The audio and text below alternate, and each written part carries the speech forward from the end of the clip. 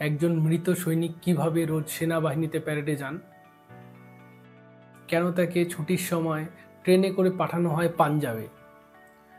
আজ জানবো সেই অলৌকিক গল্প, ভারতের সীমান্তে পাহারাদার আত্মা বাবা হরভজন সিংয়ের ইতিহাস। 30শে আগস্ট 1946 সালে পাঞ্জাবের কাপুরথালায় জন্ম হরভজন সিংয়ের।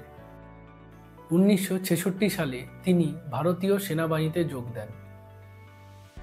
তিনি কঠোর পরিশ্রম এবং শৃঙ্খলার জন্য পরিচিত ছিলেন।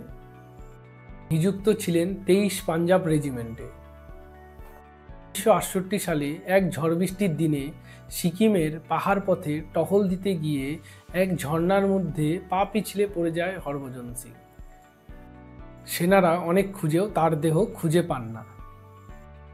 3 দিন পর একজন সহকর্মী স্বপ্নে দেখেন হরভজন সিংই বলছে যে তার দেহ কোথায় আছে, এবং সেখানে খুঁজে দেখা যায় তার দেহ সেখানেই আছে। এরপর থেকে শুরু হয় অলৌকিক কাহিনী।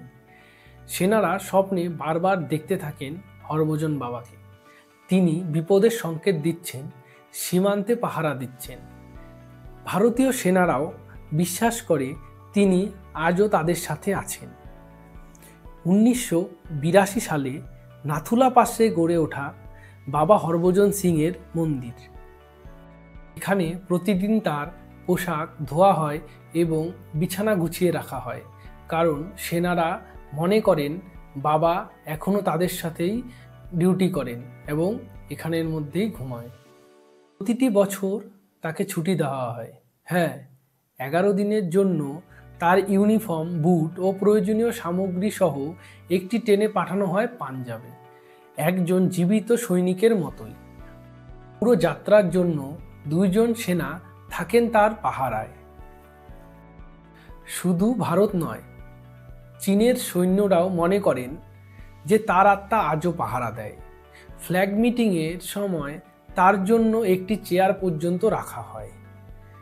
বাবা হরভজন সিংয়ের কাহিনী অলৌকিক নয়, এক অনন্য দেশপ্রেমের প্রতীক। তিনি আজও আমাদের শেখান যে কর্তব্য কখনো মৃত্যুর মধ্যে থেমে যায় না।